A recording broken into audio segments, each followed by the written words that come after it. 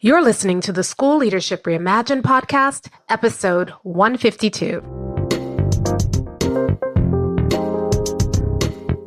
How do builders like us make a dramatic difference in the lives of our students in spite of all the obstacles we face?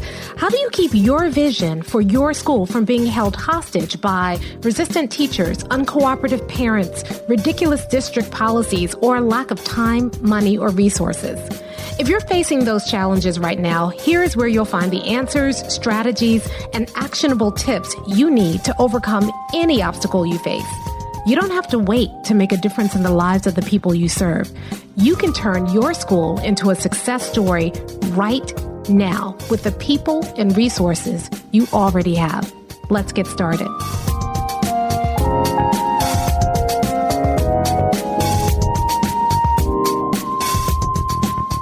Hey builders, welcome to another episode of the School Leadership Reimagined podcast. I'm your host, Robyn Jackson, and today we're starting a new series all about how you can end the school year strong.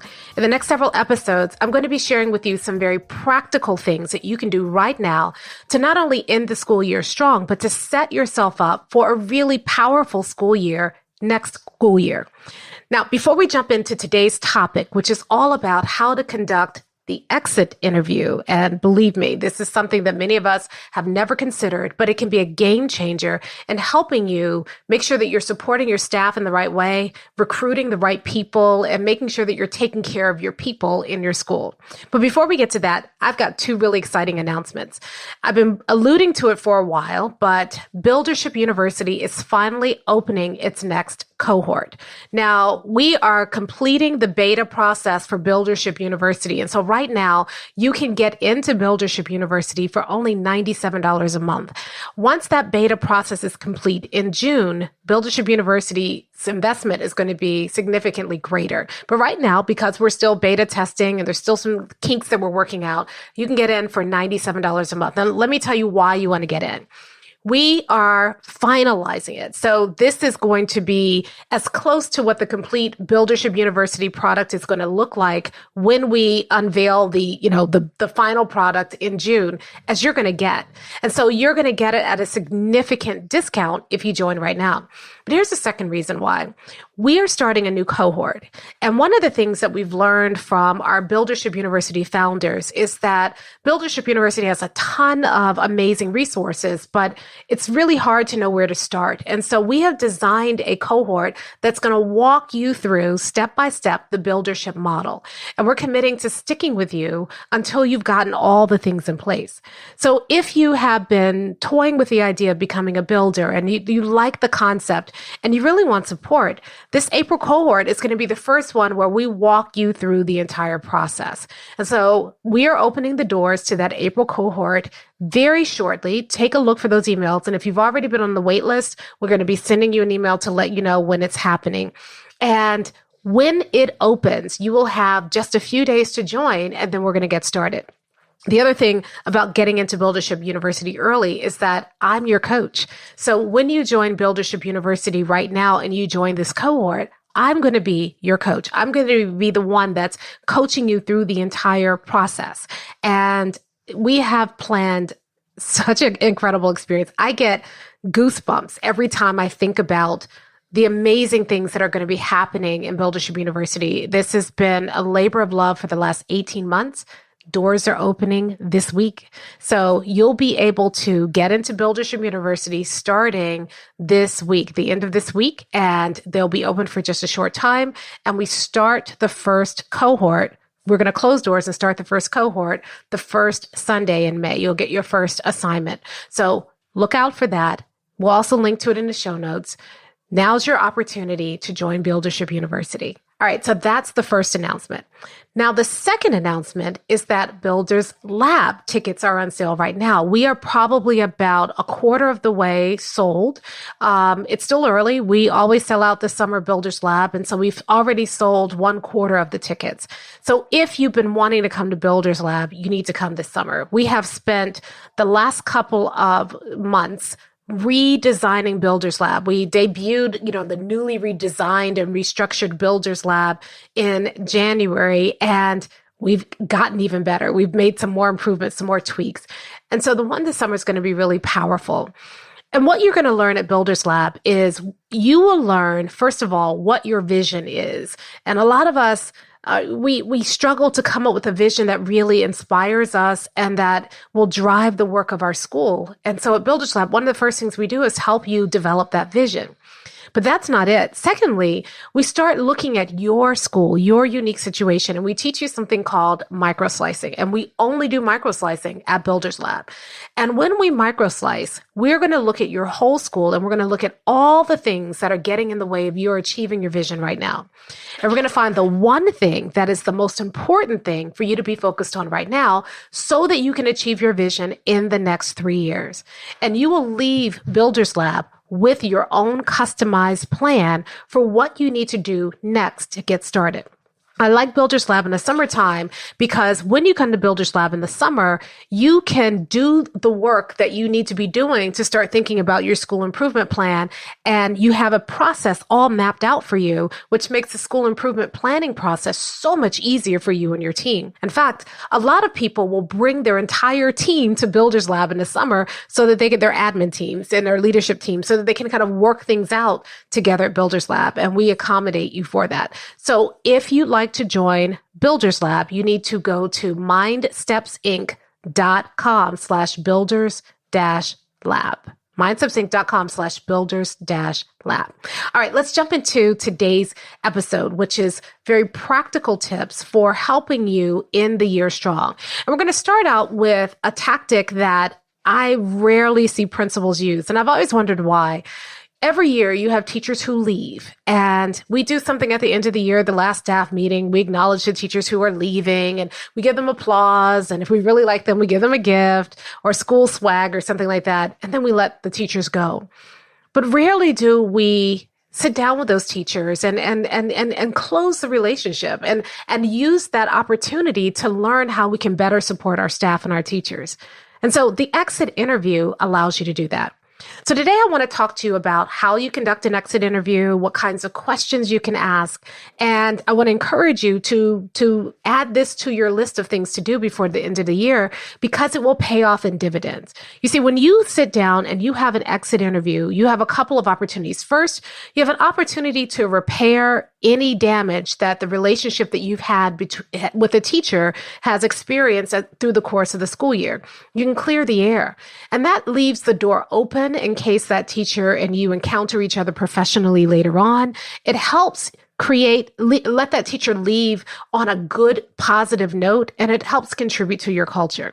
Secondly, when teachers are leaving and they often have nothing to lose at that point, that's when you're going to get some of the best truth that you can possibly get. And you can use that truth to take a good hard look at how your organization is serving and supporting your teachers and make changes so that you don't have other teachers leaving. And third, when you conduct that exit interview, not only are you repairing the relationship, not only are you getting powerful data that can help you change, but you are also creating an opportunity to get feedback that you would not otherwise get. And so you have the opportunity for the teacher to kind of clear the air with things that they need to say. You have an opportunity for the teacher to tell you things that they may not feel comfortable telling you while they're still, you're still their supervisor. You have the opportunity to get a different kind of feedback than you normally get. So how do you conduct the exit interview? Well, once a teacher announces that they're leaving, you ask them, say, before you leave, I'd like to sit down with you, and you make it very informal. It doesn't have to be as formal as a job interview. And set a time, and usually you need between a half an hour and 45 minutes to just sit down with the teacher and have a conversation. I usually like doing exit interviews either on the teacher's turf, so I go to the teacher's classroom or someplace where the teacher feels comfortable and more in control, so there isn't that power differential, or even at a neutral place. So in a conference room, in the main office, in a empty classroom, in, a private space in the teacher's lounge. You want to go somewhere where it's either neutral territory or where the teacher doesn't feel that they're, kind of sitting, they've been called to the office and they're in trouble.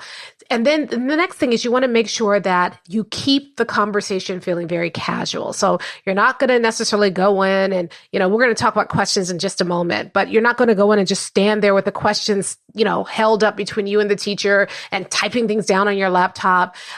Some people record the interview. Some people don't. I think it's really great that you take notes if you can, so that the teacher knows that you're really listening, or you're taking what they're saying seriously, but it doesn't feel like it's going to some sort of form or file. When you start the conversation, you start out by talking about the purpose, and you say, listen, my purpose for sitting down with you is that this will give me a really good opportunity to get some feedback from you to help me get better, to help our school get better. And so I want you to know that I want to thank you for being here today and for being willing to give me this kind of feedback. And I'm really looking for your insight and your advice about how we can do better.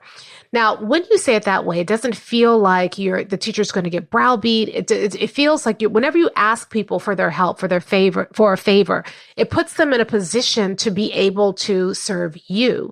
And that makes people feel a little bit more magnanimous.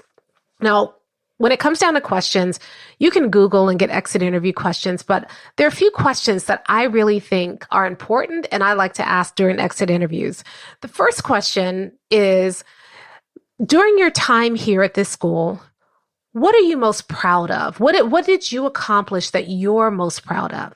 The reason I like to start with that question is twofold. First of all, it kind of sets the tone. It gives the teacher an opportunity to reflect on what they are proud of. So it sets a tone and lets the teacher know that it's not going to be, how could we do better? Because, by the time they're leaving, especially if they're leaving because they're not happy at your school, they don't really care about making you better. But when you can get them started by talking about what are you most proud of? What did you accomplish? It gives them an opportunity to kind of talk about some of the things that they may have felt went unnoticed, some of the things that they're proud of. And also it helps give you a sense of what matters to your staff, what really matters to your staff. So asking that question first it creates a great tone, and it allows the teacher to start the conversation on a positive note. The next question that I want to ask is, would you mind sharing what contributed to your decision to leave? Now, notice the construction of that question. I've been very careful about that. Would you mind sharing? So I'm not going to ask, well, what made you decide to leave? Because that feels very threatening, especially if I'm the reason they decided to leave. But when I ask, would you mind sharing? It gives them the choice about whether or not they want to share. Maybe they have private reasons. Maybe they don't want me to know. And so I want to ask that question as neutrally as possible and make sure that they understand they have the option to share why they're leaving or not. And they don't have to. We don't have to put them in an uncomfortable position where they say, I'm leaving because I can't stand you. Instead, they can just say, actually, I'm leaving for personal reasons, and then let it go. Don't push it. And so when you ask that question in a way that's very neutral and comes from you're asking permission to know, a lot of times people will feel more generous about sharing their real reasons for leaving. The next one I want to ask is, what was the hardest part about working here for you? And that gives them an opportunity to talk about some of the challenges they face. They may say things like, it was really hard, to manage large class sizes, or the students had so many different needs. I didn't know where to start. Or they might say, I just never really felt supported. I felt, that every time someone came into my classroom, they were coming to accuse me of something, or they were always playing gotcha with me.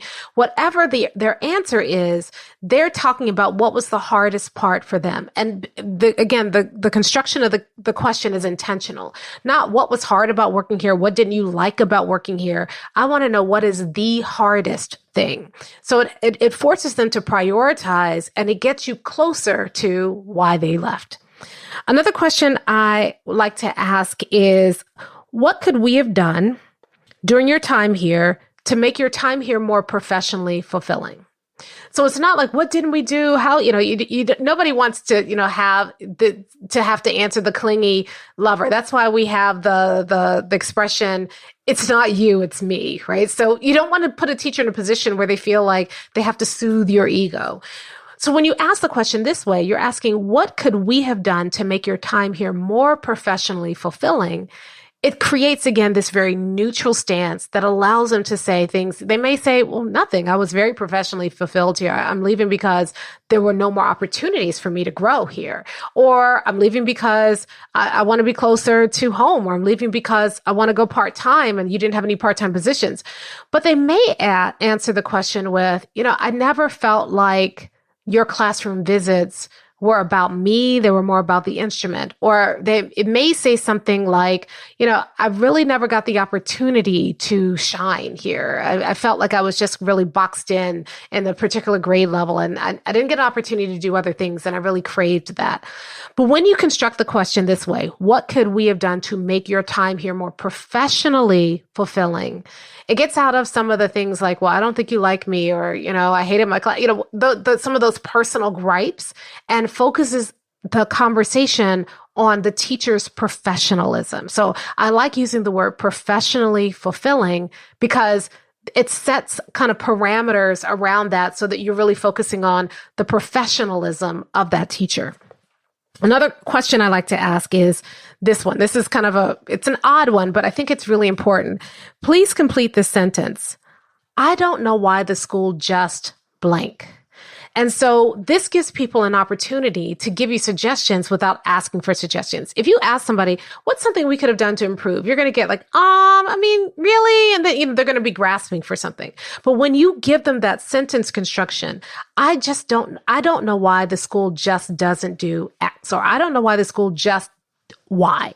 When you give them that construction, then it gives them, it triggers something in their brains to kind of come up with a suggestion that they have that seems obvious to them, but may not be obvious to you. And it puts them in a position where they don't feel like they're having to kind of ding the school or give you advice or soothe your ego. Instead, it just helps them, kind of voice an observation that they have about the school that you may have missed or that they may not have shared with you any other way. Another question you can ask is, what feedback, support, or training did you receive that best supported your work? And then follow that question up with what was missing. This is important because it tells you what you're doing right. And it also gets them thinking about the feedback and support and the training that they've received. And then when you ask the next question, what's missing, because they've already been thinking about what worked, they're more easily able to articulate what's missing. If you just hit them with, hey, what could we have done to make it better? It stumps people. But when you start thinking about what did you get that you really liked, they may say, well, I really liked that training we got on differentiated instruction, or I really liked the opportunities you gave us to kind of come up with our own stuff. And then you can say, what was missing? And they can say, well, I would have loved more time here, or I would have loved, an opportunity to do X. So by asking the question that way, you get more authentic answers without putting people on the spot.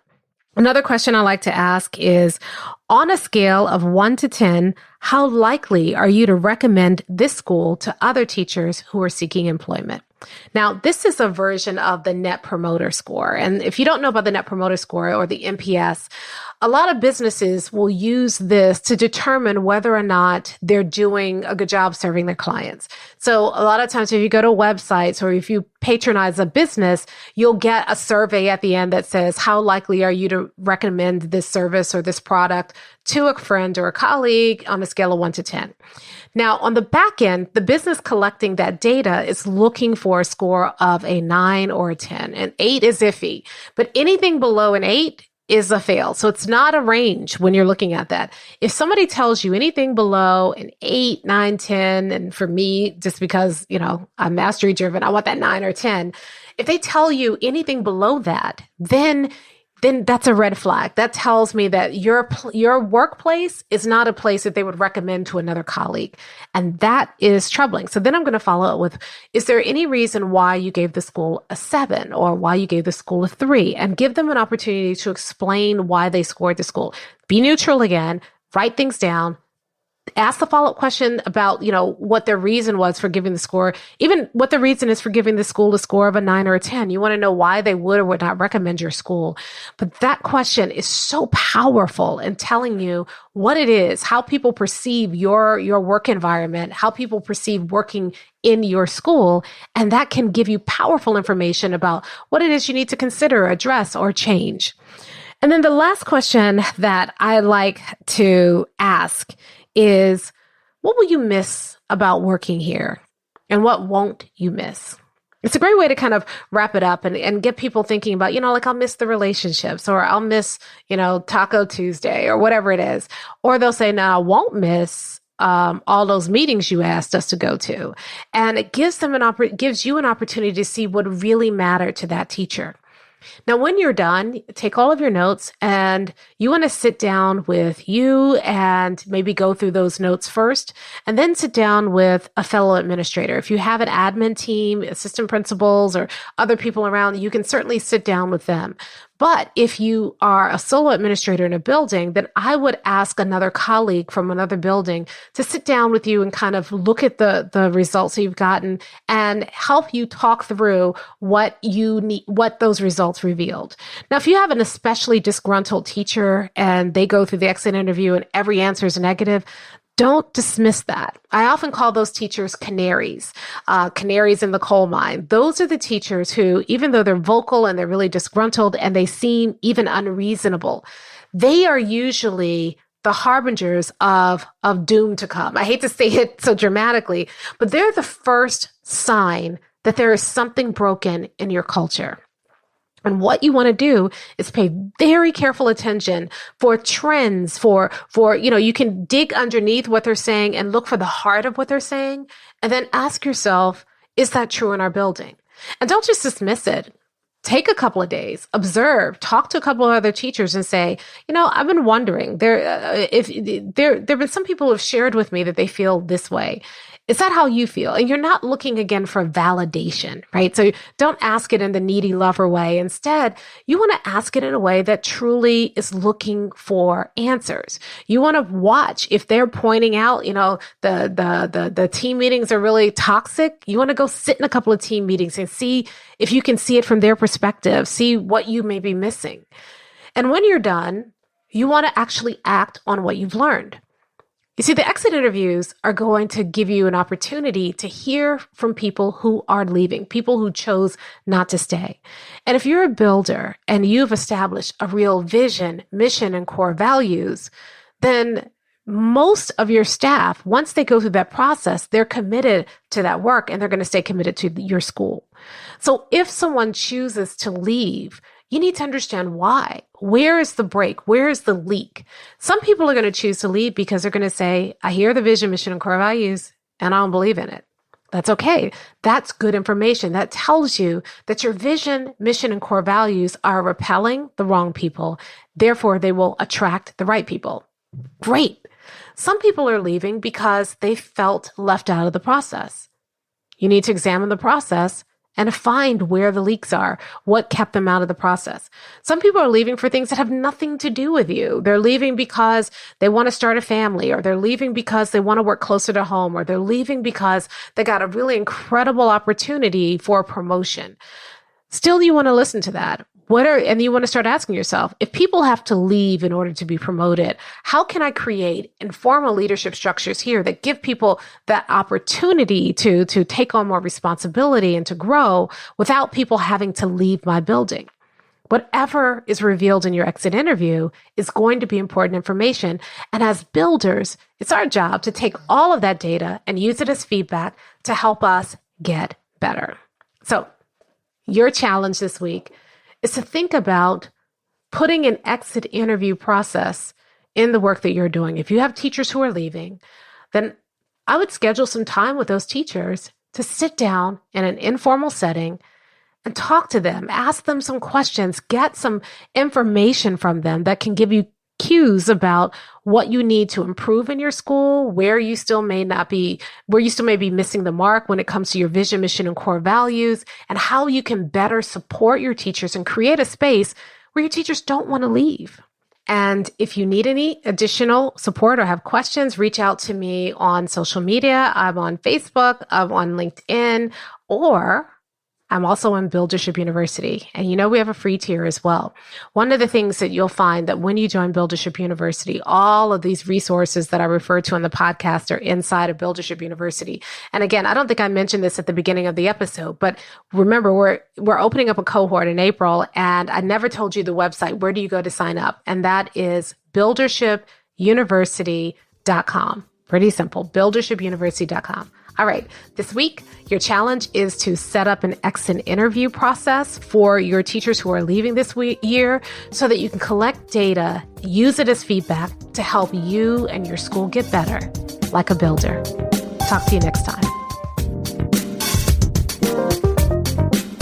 Hey, if you're ready to get started being a builder right away, then I want to invite you to join us at Buildership University. It's our exclusive online community for builders just like you, where you'll be able to get the exact training that you need to turn your school into a success story right now with the people and resources you already have. Inside, you'll find our best online courses, live trainings with me, tons of resources, templates, and exemplars, and monthly live office hours with me where you can ask me anything and get my help on whatever challenge you're facing right now. If you're tired of hitting obstacle after obstacle and you're sick of tiny little incremental gains each year, if you're ready to make a dramatic difference in your school right now, then you need to join Buildership University. Just go to buildershipuniversity.com and get started writing your school success story today.